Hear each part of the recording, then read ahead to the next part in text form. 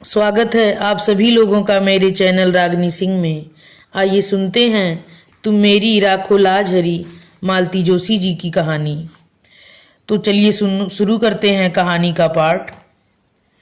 प्रतीक्षा कुछ ज़्यादा ही लंबी हो चली थी। बरामदे में बैठे सब लोग ऊँघने से लगे थे। तभी कॉरिडोर से आती भारी पदचाप सुनाई दी और सबके सब एकदम सतर्क हो गए। यह अस्पताल की चित परिचित सिस्टर लोगों की सौम्य किंतु सधी हुई पदचाप नहीं थी, बल्कि पुलिस के जूतों की भारी भरकम आवाज थी। पुलिस का वह सिपाही हमारे सामने से गुजरता हुआ बाहर निकल गया। कुछ ही पल बाद वह लौटा तो अकेला नहीं था, इंस्पेक्टर शुक्ला भी उसके साथ थे। होश में आ गई है शायद, एक सम्मिलित स्वर उभरा। संभवतः मैं उठ खड़ी हुई, पर मुझे इशारे से वहीं रोक दिया गया। मन मार कर मैं बैठ गई। अब सबकी चौकन्नी नज़र मुझ पर थी। उसकी माँ, उसका भाई, उसकी बहन, सब मुझे घूर रहे थे। उनकी नज़रों में एक अभियोग साफ साफ झलक रहा था। उन घूरती हुई आंखों से बचने के लिए मैं बाहर लान में आकर बैठ गई। उस छोटे से लान में कई लोग बैठे हुए थे, सब अपनी अपनी मुसीबत के मारे, सब अपनी अपनी चिंताओं में डूबे हुए। मेरी ओर देखने की किसी को फुर्सत नहीं थी। कोई नहीं जानता था कि यहाँ जो औरत बैठी हुई है वह कल तक एक शहीद की माँ थी, पर आज मैं क्या हूँ यह तो संध्या का बयान ही तय करेगा। उसके परिजनों की आंखों में अगर अविश्वास, संशय या तिरस्कार है तो वह अस्वाभाविक नहीं है। संध्या को आत्महत्या के लिए प्रेरित करने के लिए अगर वे मुझे उत्तरदायी मान रहे हैं तो इसमें आश्चर्य नहीं था।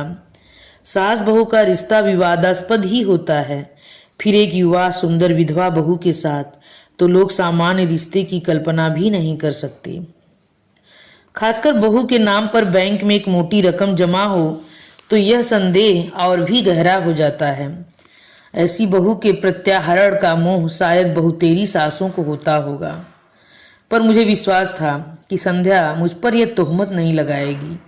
इतना बड़ा झूठ वह बोल नहीं सकती, लेकिन अगर वह सच बोल गई तो तब तो उस शर्म को मैं कैसे झेल पाऊंगी। उस सच से तो कोई भी झूठ बेहतर है। मैं तो परमात्मा से प्रतिक्षण यही मना रही हूँ कि भले ही वह मुझे कटघरे में खड़ा कर दे, पर सच न बोले। कल सुबह से मैं यहाँ अस्पताल में बैठी हूँ। खबर पाते ही बम्बई से उसकी माँ और भाई तथा दिल्ली से उसकी बहन आ पहुँची हैं। मेरी बेटी सविता भी लखनऊ से चल पड़ी है। अड़ोसी पड़ोसी, नाते रिश्तेदार अस्पताल के चक्कर लगा रहे हैं। बारी बारी से आकर कुशल क्षेम पूछ रहे हैं, चाय नाश्ते की पेशकश कर रहे हैं। पर सविता के पापा शर्मसार होकर घर में ऐसे दुबक गए हैं कि एक बार झांकने भी नहीं आए। लोग समझ रहे हैं कि जवान बेटे की मृत्यु से वे इतना टूट गए हैं कि अब किसी नई त्रासदी का सामना करने की उनमें हिम्मत नहीं है। घर में बैठकर वे सबकी सहानुभूति और आदर बटोर रहे हैं और सारी जद्दोजहद से मैं गुजर रही हूँ और सबकी नफरत झेल रही हूँ। संदेह भरी नज़रों से छलनी हो रही हूँ। इस हादसे के बाद मैंने प्राणपण से चाहा था कि संध्या अपने परिवार में वापस लौट जाए। मैंने बार बार यह संकेत दिया था कि हमें उसके रुपए पैसे से कोई मोह नहीं है, वह सब कुछ अपने साथ ले जा सकती है। उसके वहाँ रहने पर भी इस घर पर, यहाँ की धन संपत्ति पर उसका हक बना रहेगा। अपना बुढ़ापा हम अकेले काट लेंगे, बस हमें इस जिम्मेदारी से मुक्त कीजिए। इस जिम्मेदारी के चलते तो मैं अपने बेटे के लिए रोना भी भूल गई थी। जब उन लोगों की ओर से कोई पहल नहीं हुई तो मुझे ही निर्णय लेना पड़ा। सविता के साथ मैंने उसे पूरे साजो सामान के साथ बम्बई भेज दिया। उसके बैंक खाते के स्थानांतरण की व्यवस्था भी कर दी, लेकिन 15 दिन भी नहीं बीते थे कि वह बैरंग चिट्ठी की तरह लौट आई। साथ में उसकी माँ भी थी। समधिन ने हाथ जोड़कर कहा, बहन जी, आपका इतना बड़ा घर है, लड़की कहीं भी पड़ी रहेगी, आपकी सेवा करके जिंदगी गुजार देगी। यह घर तो उसी का है, जब चाहे यहाँ आ जा सकती है। मैंने तो, आपने कुछ अच्छा ही सोचा होगा, मैं जानती हूँ। घर की बात बाहर उछालनी नहीं चाहिए, पर आप तो अपनी हैं, आपसे क्या छिपाना। इसके पिता की मृत्यु के बाद उस घर में बहू का राज हो गया। राज क्या, पूरा रावण राज है। हम माँ बेटी ने कैसे दिन गुजारे हैं मैं जानती हूँ, इसलिए मैंने इसकी पढ़ाई भी पूरी नहीं होने दी। जल्दी शादी कर दी। सोचा था अपने घर में सुख से रहेगी, पर भाग्य में हो तब तो। उसकी शादी के खर्च को लेकर बहू जब तब ताने देती है। अब अगर वह हमेशा के लिए आ गई तो हमारा जीना मुश्किल कर देगी। लेकिन वहाँ रहने की जरूरत ही क्या है, हम लोग एक अच्छा सा फ्लैट ले लेंगे, आप उसके साथ बनी रहिए, हमें भी फिक्र नहीं रहेगी। लेकिन मैं तो सब दिन बैठी नहीं रहूंगी उसके बाद। बहन, हम भी कोई अमर पट्टा लेकर नहीं आए हैं, जाना तो हमें भी है, और जितनी जल्दी चले जाएं उतना अच्छा, पर जाने से पहले उसका ठिकाना करके जाना है। अच्छा घर वर देख कर उसकी शादी कर देनी है। इतनी बड़ी पहाड़ सी जिंदगी वह अकेले कैसे काटेगी। तो बहन जी, यह काम आप भी कर सकती हैं। भाई साहब आपके साथ हैं, मेरे पास तो कोई साधन भी नहीं है। इसके भाई भाभी लालच में आ गए तो दूसरी शादी भी नहीं होने देंगे, जिंदगी भर इसके पैसों पर कुंडली मारकर बैठ जाएंगे। आपको अपने बेटे पर जरा भी एतबार नहीं है। बेटा अपना है तो क्या हुआ, बहू तो पराए घर से आई है। बेटा भी अब उसी की आंख से देखता है, उसी के कान से सुनता है। अपना दिल दिमाग सब उसने बीवी के पास गिरवी रख छोड़ा है। इसके बाद कुछ कहने का सवाल ही नहीं था। एक कोशिश मैंने और की थी, उसकी डॉक्टर बहन के सामने भी प्रस्ताव रखा था। यूं तो वह संध्या से 10 साल बड़ी थी, पर बहन बहन ही होती है, कुछ तो लगाव होगा ही। हमारी तुलना में वह ज्यादा अपनी होगी। हम लोगों का साथ ही कितना था, कुल जमा 1.5 साल। उससे भी आधे दिन वह पति के साथ या फिर पीहर में रही थी।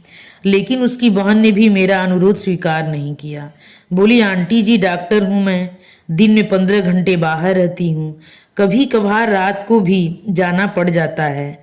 इनका क्लिनिक घर पर ही है, कभी कोई ऊंच नीच हो गई तो मुसीबत होगी। मतलब वह कोई खतरा लेना नहीं चाहती थी। अब उसे कैसे समझाती कि इसकी ऊंच नीच का तो मुझे भी डर है, इसलिए तो मैं तुम सबकी चिरौरी कर रही हूँ। कैसे कहती कि औरत, खासकर अकेली औरत, इनकी कमजोरी है, पर अपने पति के बारे में यह सब कहना अपने आप को गाली देना जैसा है। इसलिए तो सारी उम्र ओट सी कर इस दर्द को पीती रही हूँ। जानती हूँ कि जब पुरुष की नीयत खराब होती है तो जाती उम्र, रिश्ते, सारी चीजें गौण हो जाती हैं। इसके चलते मैंने कितनी नौकरानियों को भुगता है मैं ही जानती हूँ। रिश्ते की बहनों और नंदों की मैंने मजबूरन चौकीदारी की है। पड़ोसिनों से भी कभी दुआ सलाम के आगे संबंध नहीं बढ़ने दिए। पूरी जिंदगी बहुत चौकस रही हूँ, घर की इज्जत पर आंच नहीं आने दी, पर अब मुझसे यह सब नहीं हो सकेगा। टूटा हुआ मन और थका हुआ शरीर लेकर मैं पराई लड़के की जिम्मेदारी कैसे संभाल पाऊंगी। मेरा मन उसी दिन कांप गया था जब शोक से बेहाल संध्या को इन्होंने अंक में भर लिया था। दुख की उस कातर घड़ी में सोचने समझने की शक्ति लुप्त हो गई थी। फिर भी वह दृश्य मेरे अवचेतन में उतर गया था। अपनी सूजी हुई आंखें लेकर सविता ने उसी क्षण मेरी ओर देखा था। पल भर को हमारी नजरें मिली थी और उसने तुरंत आगे बढ़कर संध्या को गले लगा लिया था। बेचारी लड़की अपने पापा के चरित्र के इस पहलू को जानती है, इसलिए अतिरिक्त रूप से सजग रहती है।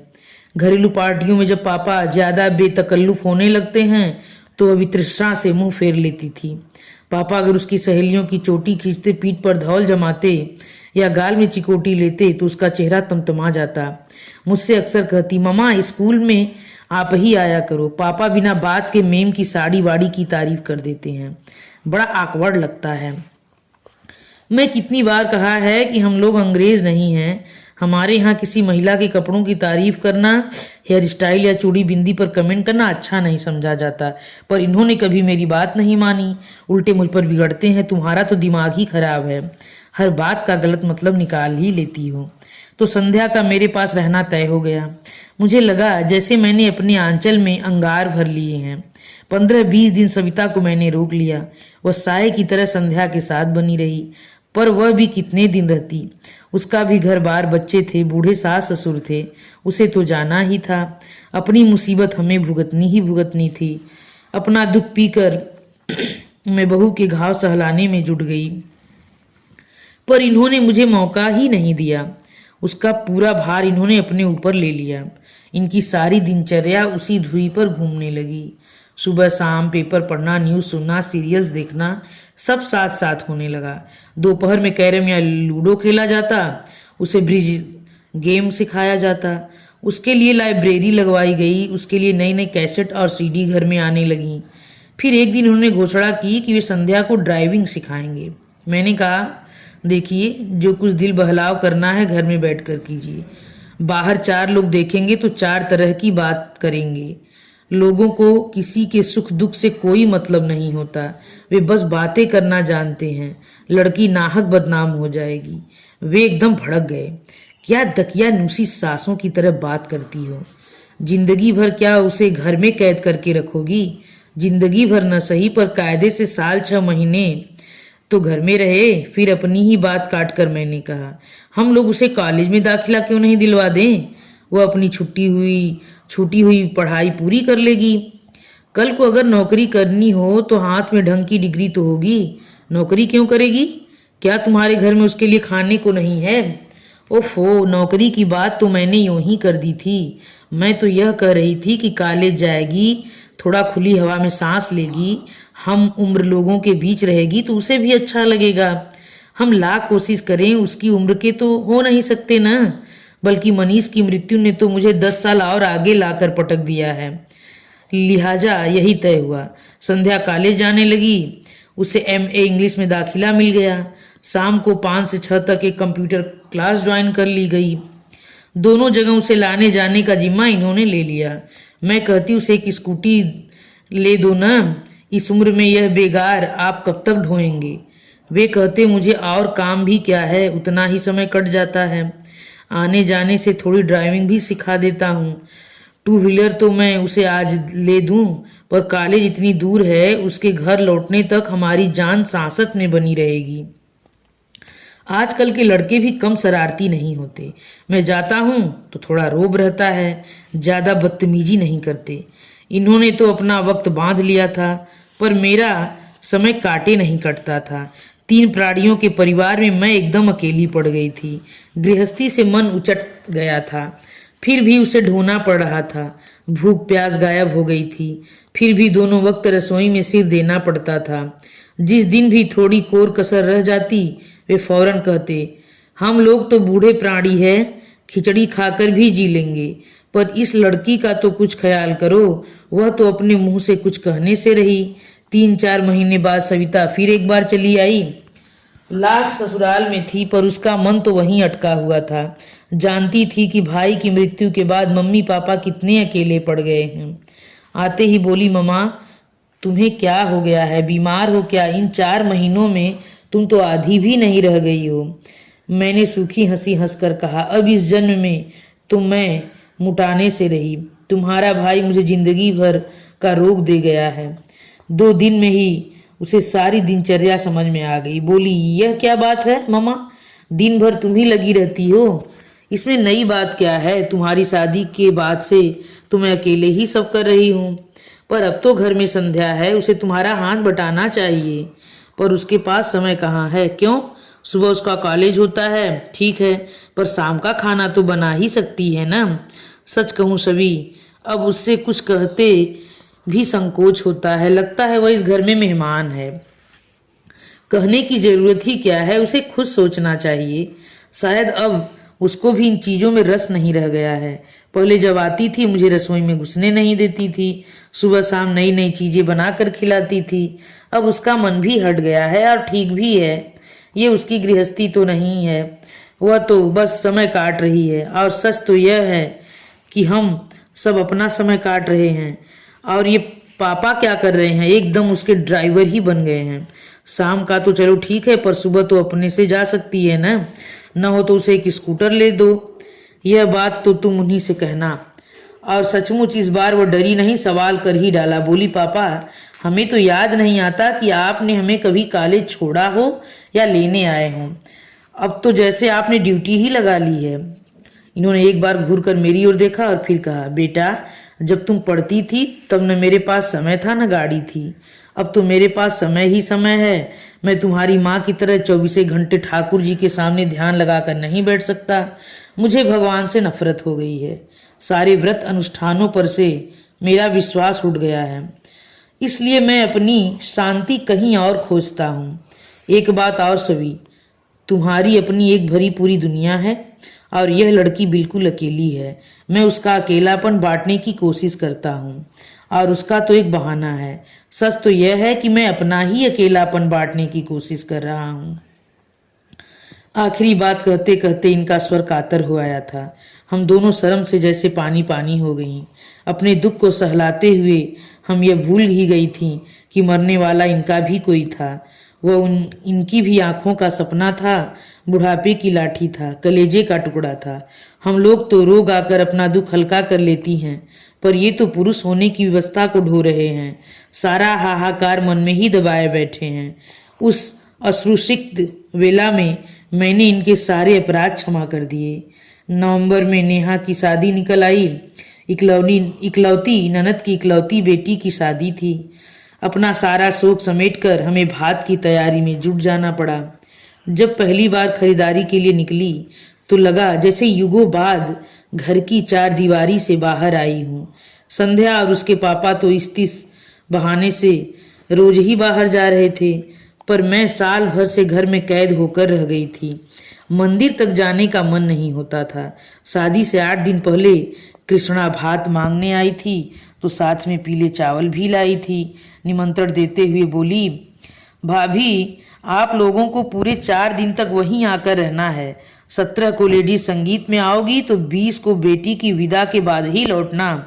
शादी में तो खैर आना ही है कृष्णा, पर संगीत वंगीत में मैं नहीं आ सकूंगी। क्यों, क्या करूं? कहीं जाने का मन ही नहीं होता। तुम विश्वास नहीं करोगी, पिछले साल 1.25 साल में हम लोगों ने एक भी शादी अटेंड नहीं की है। अब यह घर की शादी है, इसलिए तो कह रही हूँ। तुम नहीं जाती हो तो भैया भी नहीं जा पाते हैं। ऐसा कब तक चलेगा? जीना है तो जिंदगी की कुछ शर्तें भी तो माननी होंगी। इसीलिए आग्रह कर रही हूँ कि तुम आओगी और सारे कार्यक्रम अटेंड करोगी। सच कहूँ कृष्णा, इस लड़की को घर छोड़कर कहीं जाने का मन नहीं होता, तो उसे भी लेती आओ ना। ऐसे भी तो सब जगह आती जाती ही रहती है। सुरेश नरेश बता रहे हैं कि अक्सर मामा के साथ गाड़ी में दिख जाती है। जरूर दिख जाती होगी। सुबह कॉलेज जाती है, शाम को कंप्यूटर क्लास जाती है। लाने ले जाने की ड्यूटी इनकी है। अब क्या करें, इतनी बड़ी जिंदगी उसके सामने है, कुछ न कुछ तो करना ही पड़ेगा। हम लोग तो सब दिन बैठे नहीं रहेंगे। हाँ खैर वो तो ठीक है, कृष्णा ने जैसे उकता कर कहा, पर तुम्हें संगीत में जरूर आना है, नहीं तो मैं भात नहीं लूंगी।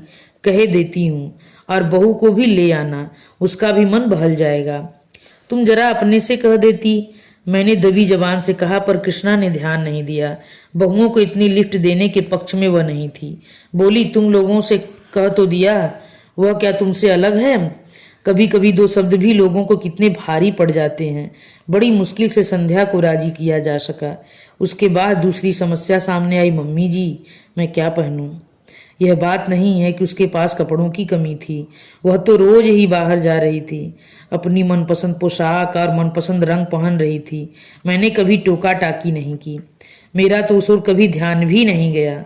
पर यह प्रसंग अलग था और इस बात को संध्या भी समझती थी। वहां उसे एकदम वैरागिन बनाकर तो नहीं ले जाती, फिर भी कुछ सतर्कता बरतना जरूरी था।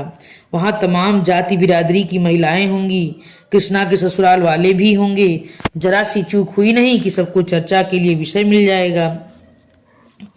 अपनी सारी अलमारी खंगाल कर मैंने उसके लिए मोतिया रंग की एक साड़ी निकाली, मोती मूंगे वाला एक हल्का सा सेट निकाल कर दिया। उसका सहज सौंदर्य उतने से ही खिल उठा।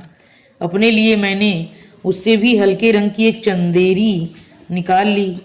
इन्होंने देखा तो बेहद नाराज हुए। तुम दोनों मेरी बहन के यहाँ मंगल गीत गाने चल रही हो या मातम करने? मैंने कहा, प्लीज़ आप हमारे बीच में न पड़िए। 4 लोगों के बीच में जरा सोच समझ कर ही जाना होता है। फिर ये कुछ नहीं बोले, पर पूरे समय मुंह फुलाए रहे। हम लोग जब पहुंचे तो कार्यक्रम शुरू हो चुका था। नेहा की सहेलियां किसी फिल्मी गीत पर नाच रही थीं। हम लोगों के पहुंचते ही कुछ क्षण को नृत्य रुक गया। सबकी आंखें संध्या की ओर उठ गई। उन आंखों में कौतूहल था, करुणा थी, ईर्ष्या थी और उपहास भी। कृष्णा ने आगे बढ़कर मुझे अंक में भर लिया और वरिष्ठों की पंक्ति में लाकर बिठा दिया। संध्या असमंजस में थोड़ी देर तक खड़ी रही, फिर चुपचाप मेरे पास आकर बैठ गई। वहां इतनी सारी लड़कियां थीं, पर किसी ने यह नहीं कहा कि भाभी मेरे पास आकर बैठो। कृष्णा की दोनों बहुएं ने उससे बात भी नहीं की और नेहा तो मानो दूसरी दुनिया में विचर रही थी। उसकी सगाई के दिन संध्या ने ही उसे तैयार किया था, पर आज उसे हेलो कहने तक की फुर्सत नहीं थी। मुझे एक और प्रसंग याद आया। मनीष की शादी के 2 महीने बाद ही नरेश की शादी हुई थी। उस समय संध्या नई नवेली दुल्हन थी, पर सबके अनुरोध पर वह इतना अच्छा नाची थी कि मेरा कलेजा गजभर का हो गया था और आज जैसे उस बिरादरी से बहिष्कृत हो गई थी। करीब 9 बजे के आसपास इन्होंने मुझे बुलाया। बोले, ये गाना बजाना तो शायद 12 बजे तक चलेगा। मैं निकलता हूँ। सुरेश, आपका खाना पुरुषों की पंगत हो चुकी है, अब तुम लोग आराम से खाती पीती रहना। तभी देखा संध्या मेरे पीछे आकर खड़ी हो गई है। धीरे से बोली, मम्मी जी मैं भी पापा के साथ चली जाऊं? एक क्षण मन में दुविधा सी हुई, पर मैंने देखा उसकी आंखें एकदम डबडबाई सी हैं। लगता था अब बरसी की तब बरसी। जाओ, मैंने कहा और वे दोनों चले गए। वापस आकर बैठी तो कृष्णा की ननद ने पूछा, बहुरानी चली गई? हाँ, मैंने कहा और अनायास मेरा आक्रोश फूट पड़ा। बैठ कर करती भी क्या? न उसे मेहंदी रचानी थी, न महावर लगवाना था, न गाना गवाना था, न ठुमके लगाने थे। जिसके लिए आई थी वह अपने मन में ही मगन है। उसने भाभी की ओर झांका भी नहीं। सुरेश नरेश की बहुएं उससे ऐसे छिटक रही थी जैसे छू जाएंगी तो कोई अनर्थ हो जाएगा। इतनी लड़कियां हैं यहाँ, पर किसी ने पास बैठने तक के लिए नहीं कहा। बेचारी बड़ी बूढ़ियों के बीच बैठी रही। वह तो आने के लिए कतई तैयार नहीं थी, पर मैं ही जबरदस्ती लिवा लाई और अब पछता रही हूँ। नाहक उसके घाव हरे कर दिए। और यह सब कहते हुए मैं पता नहीं कब सुबकने लगी। घाव संध्या के ही नहीं, मेरे भी हरे हो गए थे। मनीष की मृत्यु का यह नया पहलू अपने भयावह रूप में मेरे सामने आया था और मैं दहल गई थी। उधर कृष्णा की जिठानी भुनभुना रही थी, शादी वाले घर में रोकर अशगुन कर रही हैं। इन्हें किसने बुला लिया? मैंने बुलाया है, कृष्णा ने कड़क कर कहा। भाभी है मेरी, नहीं आ रही थी? फिर भी मैं जिद करके लाई हूँ, क्या पता था? प्लीज़ कृष्णा, मैंने उसका हाथ पकड़ लिया। मैं पहले ही बहुत शर्मिंदा हूँ, मुझे और शर्मिंदा मत करो। इसके बाद महफिल तो एक तरह से उखड़ ही गई थी। फिर भी खाते खिलाते 12 बज गए। उन लोगों ने शादी के लिए एक वैन ले रखी थी, उसी से सबको घर घर छोड़ा। बेल बजाते हुए सोच रही थी कि ये छूटते ही पूछेंगे इतनी जल्दी कैसे आ गई, पर कुछ मैं नहीं बताऊंगी। मुझे ही डांट पड़ेगी कि वहाँ तमाशा करने की क्या ज़रूरत थी। पर इन्होंने कुछ नहीं पूछा। दरवाज़ा खोलकर चुपचाप बिस्तर पर चले गए।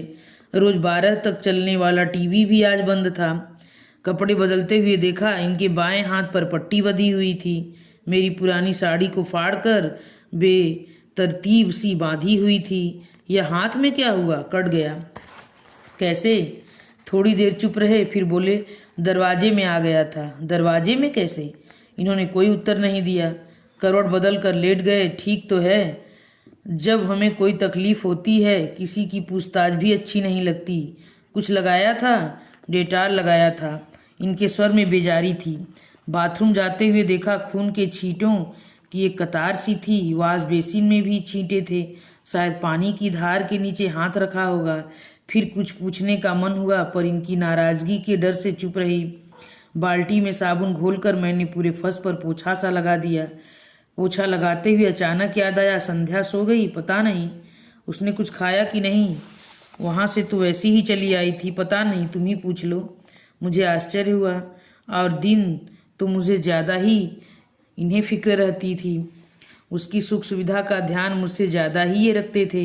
कई बार तो इस बात पर हम लोगों की झड़प भी हो जाती थी। मैंने दोबारा इनसे कुछ पूछना ठीक नहीं समझा, खुद ही उसके कमरे में चली गई। दरवाज़ा बंद था। संध्या सो गई है क्या? मैंने आवाज़ लगाई, पर शब्द जैसे मेरे मुंह में ही जम गए। संध्या के दरवाजे के पास भी खून की बूंदें थी जो हमारे कमरे तक चली आई थी। मेरा माथा ठनका, पर मैं कुछ नहीं बोली। चुपचाप एक बाल्टी उठा लाई और पोंछना शुरू कर दिया। उसी समय फ़ोन की घंटी बजी। ये कुछ क्षण मेरी प्रतीक्षा करते रहे, फिर उठा लिया। आवाज़ दी, कृष्णा का फ़ोन है तुम्हारे लिए। कह दो सुबह बात कर लूँगी। जानती थी इतनी रात गए उसी का फ़ोन होगा। शाम को जो कुछ हुआ उसकी सफाई देनी होगी। उस समय वह बात कितनी बड़ी लग रही थी, पर अब यहाँ जो कुछ हुआ है उसके मुकाबले में वह कितनी छोटी और अर्थहीन लग उठी थी। इतनी रात को फ़ोन किया है तो कोई ज़रूरी बात ही होगी। बात कर लो ना, कहते हुए कार्डलेस लेकर बाहर आ गए, पर वहीं ठिठक गए। बाल्टी पर दोनों हाथ रखकर मैंने उन्हें अपलक देखती रही। एक क्षण को हमारी आंखें मिली और वे कमरे में चुपचाप लौट गए। अपना काम खत्म करके मैंने गेट पर बाहर के दरवाजे पर ताला डाल सारी बत्तियां बुझाईं और पलंग पर आकर बैठ गई। सोने का मन नहीं हो रहा था, बस पलंग की पाटी पर सिर टिकाए बैठी रही।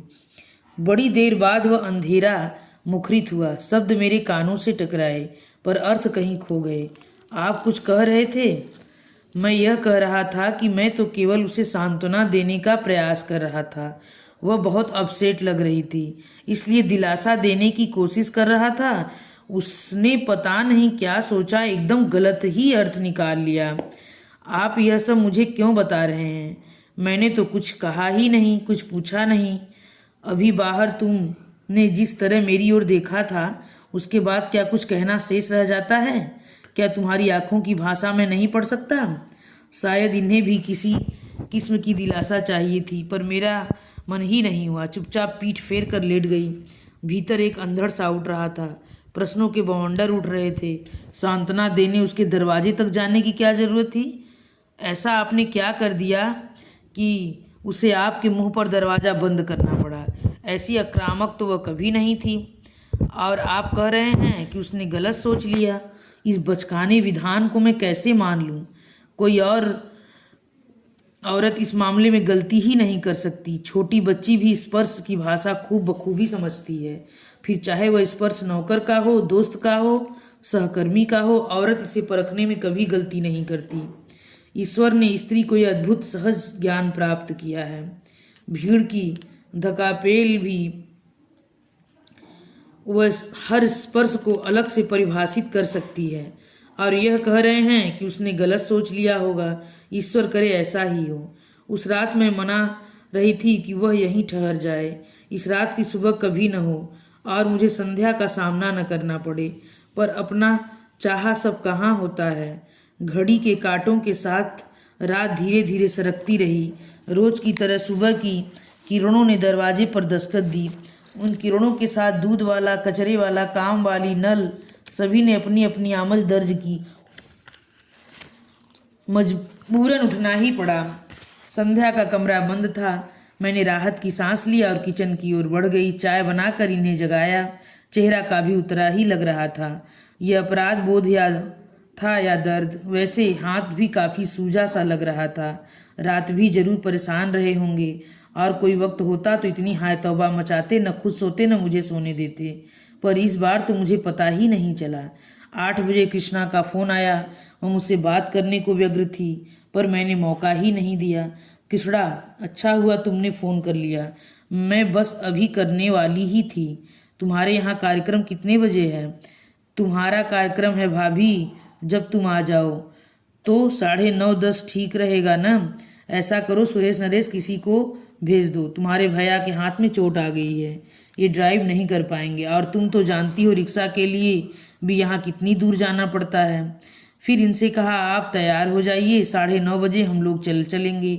मेरा जाना क्या बहुत ज़रूरी है? इनका स्वर थका हुआ सा था। कैसी बातें करते हैं, हाजिरी तो लगानी ही पड़ेगी, बाकी सब मैं संभाल लूँगी। लौटते समय डॉक्टर के यहाँ भी होते हुए आएंगे। संध्या का कमरा अभी बंद था। फिर मैंने ही सारा सामान जमाना शुरू किया। पिछली 2 शादियों के मुकाबले में मैंने इस बार दिल खोल कर खर्च किया था। मन में एक ही बात थी कि अब किसके लिए जोड़ना है। संध्या के पास तो सरकार का और समाज का दिया हुआ बहुत है, जिंदगी आराम से कट जाएगी। वैसे भी उसका MA पूरा होते न होते हम लोग उसकी शादी की सोच रहे थे। हम ही लोग कन्यादान करेंगे, भाई नहीं रहा तो क्या हुआ, सविता के लिए एक बहन तो हो जाएगी। सविता की याद आते ही मन उदास हो गया। आज मैं कृष्णा के लिए इतना कर रही हूँ, कल को सविता के बच्चों की शादी होगी तो कौन खड़ा होगा। उसकी सास की बाईपास न हुई होती तो सविता आज यहाँ होती, तब वह भी मेरी ही तरह उदास हो जाती। ठीक 9 बजे नरेश गाड़ी लेकर आया। संध्या का कमरा तब भी बंद था। जब तक ये तैयार हुए, मैंने और नरेश ने मिलकर पूरा सामान गाड़ी में जमा दिया। जाने से पहले इसे जगा तो दूं, कहकर मैंने संध्या के दरवाजे पर दस्तक दी। 2-4 आवाजें भी दी, पर कोई जवाब नहीं आया। क्या बात है, इतनी देर तक तो कभी सोती नहीं है। पहली बार मुझे थोड़ी चिंता हुई। नरेश कल रात वहीं से लौटकर कमरे में जो गई है तो बाहर ही नहीं निकली, कहीं तबीयत तो खराब नहीं है। नरेश का चेहरा फक पड़ गया। आजीजी के स्वर में बोला, मामी जी, कुछ ऐसी वैसी बात हो गई हो तो प्लीज हमारा नाम मत लीजिएगा। मम्मी बता रही थी कि कल कुछ लफड़ा हो गया था। आप तो जानती हैं शादी ब्याह में ये सब चलता ही रहता है। वह बोलता जा रहा था और मेरा दिमाग ऐसी वैसी बात पर ही अटका हुआ था। ऐसी वैसी बात का मतलब, पर उसके कुछ कहने से पहले ही मतलब मेरे मन मस्तिष्क में कौंध गया। आशंका से मैं कांप उठी। नरेश, किसी तरह दरवाज़ा खुलवाओ। वह कैसे खुलवाता। उसने कंधों से धक्का दिया, घुटनों से जोर लगाया, पर दरवाज़ा टस से मस नहीं हुआ। फिर उसने कहा, स्क्रू ड्राइव हो तो दीजिए, मैं बोल्ट खोलने की कोशिश करता हूँ। तुम दरवाज़ा तोड़ दो। मेरा धैर्य अब टूट चुका था। अनिष्ट की आशंका से मैं सहम गई थी, पर दरवाज़ा तोड़ने का इतना आसान था। मैं, नरेश, महरी सब जोर आजमा रहे थे। मोगरी, हथौड़ी सबका उपयोग हो रहा था। शोर सुनकर पड़ोस के शुक्ला जी भी आ गए, उनकी भी मदद ली गई। बड़ी देर बाद थोड़ी सी फांक मिली तो धड़कते दिल से मैंने सबसे पहले पंखे का मुआयना किया, वह बंद था। फिर भी मैं राहत की सांस नहीं ले सकी, क्योंकि कमरे का सन्नाटा बड़ा अशुभ लग रहा था। बड़ी देर बाद दरवाज़ा भरभरा कर गिरा तो हम लोग तेजी से भीतर दाखिल हुए। पलंग पर वह निस्पंद लेटी थी। कृष्णा के यहाँ से लौटकर उसने कपड़े भी नहीं बदले थे। नींद की गोलियों की शीशी सिरहाने खाली पड़ी थी।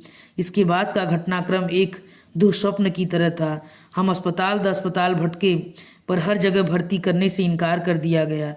आखिरकार मजबूरन सरकारी अस्पताल की शरण लेनी पड़ी। फिर पुलिस आई, संध्या के पास पहरा बिठा दिया गया। सबके बयान हुए, अड़ोसी पड़ोसियों से, रिश्तेदारों से, उसके सहपाठियों से पूछताछ हुई। उसके भाई बहनों को फ़ोन किए गए। बेचारा नरेश इस हंगामे के बीच मामा जी की पट्टी करवा लाया था। पता चला 3 उंगलियों में हेयर लाइन क्रैक है और छोटी उंगली का एकदम कचूमर ही निकल गया था। अच्छा हुआ कि इस समय सबका ध्यान संध्या की ओर था। इनके एक्सीडेंट के बारे में किसी ने उत्सुकता नहीं दर्शाई, नहीं तो किस किस को क्या क्या कैफियत देती। नरेश के जाने के बाद एक बात याद आई। घर में जब दरवाजे के साथ जोर आजमाइश हो रही थी, ये आंखें बंद किए आराम कुर्सी में चुपचाप लेटे हुए थे। जब हम लोग संध्या को उठाकर बाहर ले आ रहे थे, तब भी इन्होंने सिर उठाकर आंखें खोलकर नहीं देखा। इस बात को 24 घंटे से ज़्यादा बीत चुके हैं, शायद 28 घंटे। तब से मैं अस्पताल में ही बैठी हूँ। इतनी देर तक मैं ईश्वर से लगातार संध्या के जीवन की भीख मांग रही थी, और जबकि वह होश में आ गई है, मैं मना रही हूँ कि वह भले ही मुझे कटघरे में खड़ा कर दे, पर सच न बोले। मुझे जेल की सलाखों के पीछे रहना मंजूर है, पर इस उम्र में यह शर्म बर्दाश्त नहीं कर पाऊंगी। आंटी जी, मैं अपने विचारों में इस कदर खोई थी कि इस आवाज़ को पहचानने में थोड़ा समय लगा। सिर उठाकर देखा, संध्या की बहन खड़ी थी। आप यहाँ बैठी हैं, और आपके लिए हमने पूरा अस्पताल छान मारा। उसका स्वर एकदम शांत था, और मैंने गौर किया चेहरा भी तनाव रहित था। फिर भी मैंने डरते डरते पूछा, संध्या कैसी है? अब खतरे से बाहर है, पर कमजोरी तो अभी रहेगी। चलिए ना, आपको बहुत याद कर रही है। मैंने उठना चाहा, पर पाँव जैसे जम से गए। उसी ने सहारा देकर उठाया। चलते समय भी उसने मेरा हाथ नहीं छोड़ा। आप लोग उस दिन की शादी में गए थे? चलते हुए उसने पूछा। हाँ, क्यों? मेरा गला सूखने लगा था। वह बता रही थी कि मनीष की मृत्यु के बाद पहली बार ऐसे फंक्शन में गई थी, इसलिए उस माहौल को बर्दाश्त नहीं कर सकी। संध्या ही क्यों, साल भर से हम लोग भी किसी शादी में नहीं गए, पर यह घर का मामला था, जाना पड़ा। वही तो आप दोनों की बड़ी तारीफ कर रही थी। कह रही थी कि आप लोगों ने कभी एहसास नहीं होने दिया कि वह विधवा है, इसलिए वह भी इस सच को भूल सी गई थी। पर शादी में जब इसी सच का सामना करना पड़ा तो उसे धक्का सा लगा, वह सह नहीं पाई। यह तो कहिए कि समय से इलाज हो गया, वरना ईश्वर तेरा लाख लाख शुक्र है। मैंने दोनों हाथ जोड़कर कहा। मेरे हाथ काँप रहे थे, आवाज़ लरज रही थी, पैर जवाब दे रहे थे। 2 दिनों की भूख, प्यास, अनिद्रा और दुश्चिंता सब एकदम मुझ पर हावी हो गए। 2 कदम चलना मेरे लिए दूभर हो गया। लड़खड़ा कर मैं वहीं एक बेंच पर धम से बैठ गई। मुंह से बस इतना ही निकला, थैंक यू संध्या। इसी के साथ यह कहानी समाप्त होती है। अगर आप लोगों को यह कहानी पसंद आई हो तो कृपया मेरे चैनल को